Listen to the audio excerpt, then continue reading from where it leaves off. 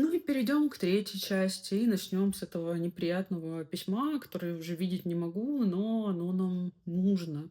И тут написано, что я нарушила какую-то защиту персональных данных. И вот я все думаю, блин, почему мне приходят вот такие письма, ну, в какой-то определенный момент. Мне на самом деле стало казаться, что мне начинают такое писать, когда я затрагиваю тему моего инцидента с Юргисом Валюкявичусом. Вот про это бы немножко подробнее мне хотелось рассказать. И начну я с того, ну, как мы вообще с этим человеком познакомились. Мы вообще, когда только вступили в профсоюз, мой муж где-то увидел в рассылке или где, что вообще планируется, и раньше проводились курсы по трудовому праву внутренние, что можно после них остаться работать консультантом, помогать людям. И мы очень-очень, на самом деле, вдохновились и искренне хотели как бы пройти эти курсы, наконец-то начать работать, делать реальные дела. Ну, то есть, правда, мы такие были заряженные на этом этапе. И да, нас записали на эти курсы. Вот. Помню я, что у мужа состоялось первое занятие, а я на него не пришла, потому что у меня были другие дела. И потом, после этого, параллельно также мы вот вступали в Сенус-группе как волонтеры. И 31 октября на вечеринке в Луне в честь Хэллоуина и открытия мы договорились с Вуком Вукатичем встретиться, чтобы забрать emergency фон. Мы пришли в Луну, и мы зашли в помещение, и мой муж мне говорит: блин, вот этот, короче, преподаватель наш Юргис, он мне так радостно махал, как будто я его старый друг. Я типа, блин, подумал, ну, окей. И, в общем, мы сели, разговариваем с Вуком, и подходит Юргис. И вот реально было ощущение, что человек ведет себя с нами как, блин, со старыми добрыми корешами. Вот, ну как-то, то есть я вообще его первый раз видела в своей жизни. Андрей второй. Ну вот, человек вступил в разговор, как бы я, ну, натурально, естественно, просто так как мы как бы пришли на курсы с мужем, и, ну, в целом как-то, да, хочется поддержать разговор втроем, так как, ну, они с мужем уже как-то взаимодействовали, а я вот как бы новенькая в этой конфигурации. И я как-то заметила, что, короче, ему не очень интересен мой муж. В том плане, что просто как-то игнорировал мою попытку построить взаимодействие на троих. И началось такое, знаете, нарушение дистанции. После этого взаимодействия остались довольно странные впечатления. Вроде ничего такого, но я поняла, что передо мной опасный человек. И вот именно с этих пор как-то я себя и перестала чувствовать, ну, как бы среди этого всего, ну, в полной безопасности. Я как-то пыталась для себя это нормализовать. То есть, знаете, блин, извините за метафору, ну, как собака приходит и показывает сигналы примирения. Также примерно я, не знаю, добавить друзья что-то, поговорить на нейтральную тему в таком духе. Вот. Ну и казалось бы, все норм, типа, вроде все получается. Мы поучаствовали в мастер-классе, который устроил ГИПС, чтобы мы попрактиковались в процессах трудового спора. И даже меня, знаете, ну как-то не настолько сильно смутило, что в основном взгляд преподавателя был направлен на меня в процессе лекции. Сдали с мужем финальный тест на курсах. Успешно закончили и как бы решили это дело отпраздновать по предложению наших преподавателей. Вот. И пришли 15 января в ресторан. Состоялось вручение наших дипломов. Вот я стою, не знаю, в своем любимом свитере, и как раз Юргис мне его выдает. Да, напомню, что этот человек утверждал, что он лично меня не знает. Ну и вот все идет хорошо, болтаем, веселимся. Но люди начинают потихоньку расходиться. Ну и мы с мужем решили, что уже пора отдохнуть. Мы подошли к Юргису, он нас обнял по очереди и сказал, что ждет нас в Каунасе. И я в тот момент решила поделиться забавным фактом. То есть Каунас вообще очень мне нравится, классный город. Расскажу вам историю, что я пыталась заночевать в Каунасе.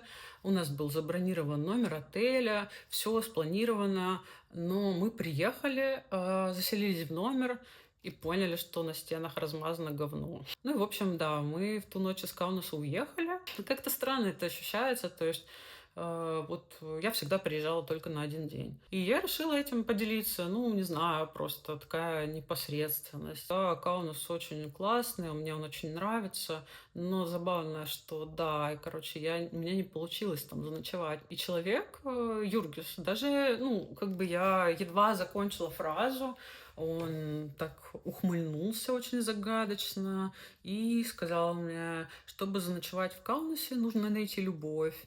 И после этого вот буквально его коллега, которая также вела у нас на курсах лекции, она даже не дождалась окончания этой фразы и, ну, не то что засмеялась, просто заржала. Вот. Ну, короче, я не знала, как на это отреагировать, кроме как нервным смехом. Просто, ну, типа, блядь. Ну, типа, это, не знаю, я почувствовала в этот момент себя такой униженной. Ну, мало того, что меня унизили как какое-то мясо, так и, ну, в целом, как бы, блин, меня не дослушали. И решили, как бы, вместо этого вбросить реально какую-то похабную, двойственную, сексуализированную шутку. Насчет этой шутки я уже получала хейт, что это классная шутка, что в ней нет ничего сексуализированного, что она абсолютно нормальна. Вот вам для примера как бы диалог, в который я вступила из интереса. Вот чувак сказал, что nice joke. И, ну, мне стало любопытно, что за чел мне это пишет. Я зашла в его профиль, где стоит группа детей, подростков от на вид 13 до 16. Ну и у меня, правда, возник искренний интерес. Чел, скажи, ты бы пошутил эту шутку, короче, своим воспитанникам? Как видите, на этих скринах содержательно и по существу мне никто не ответил.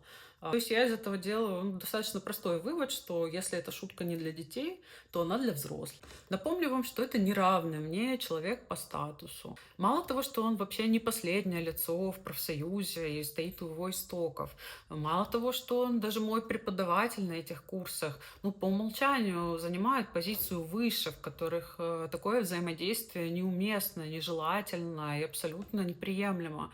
Этот человек публичное лицо, он занимает важную должность, он работает советником и помощником министра социального развития и труда Инги Ругинене.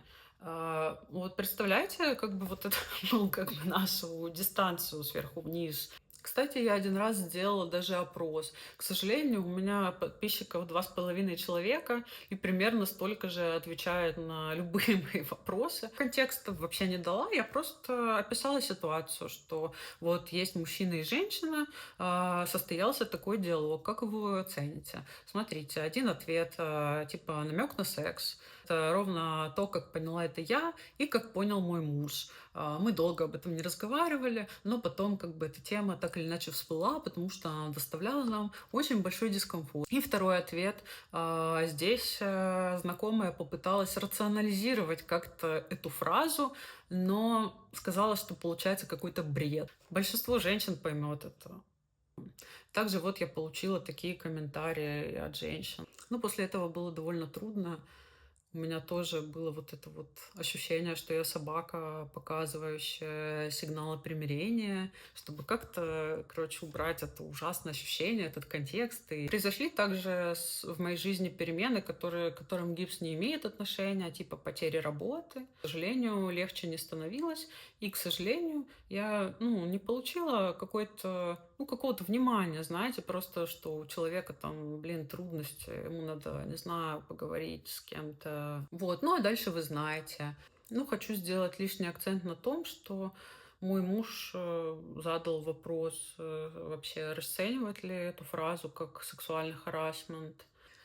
Ну да, я ехидно на это отреагировала. Да, конечно, ну, жертве надо вести себя прилично, а это неприемлемо для жертвы. Самое интересное, что на это Юргис ответил.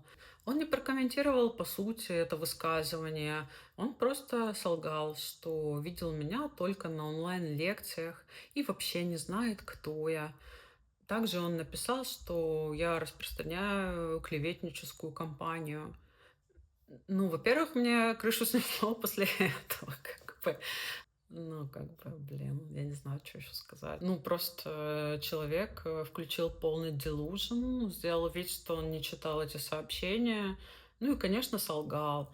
Вот. И как бы что вносит дополнительный контекст в эту всю историю, что человек, который просто невинно пошутил, ну, он мог типа сказать, что это шутка, извини, пожалуйста, я не хотел тебя ранить, я не хотел, чтобы это так звучало, прости. Или, не знаю, или включить защитный режим, типа, блин, ты чё, это просто шутка вообще. Но, типа, не произошло ни того, ни другого. И этот человек как раз вот пытался сделать мне такой образ, короче, истерички. И, к сожалению, я заметила, что именно упоминание этого человека делает все для меня гораздо хуже, увеличивает это давление, ну, несоизмеримо. То есть, если я говорю только про сенус в группе, ну, как бы меня игнорируют, да, но когда я упоминаю Юргиса Валюкевичуса, это игнорировать нельзя. Сейчас оспариваю решение по жалобе, которое я подавала контролеру по равным возможностям. И ГИПС, и Сенус-группы в нем будут участвовать как заинтересованные стороны. Ну, соответственно, я буду продолжать действовать в правовом поле и также использовать свои возможности выйти в публичность.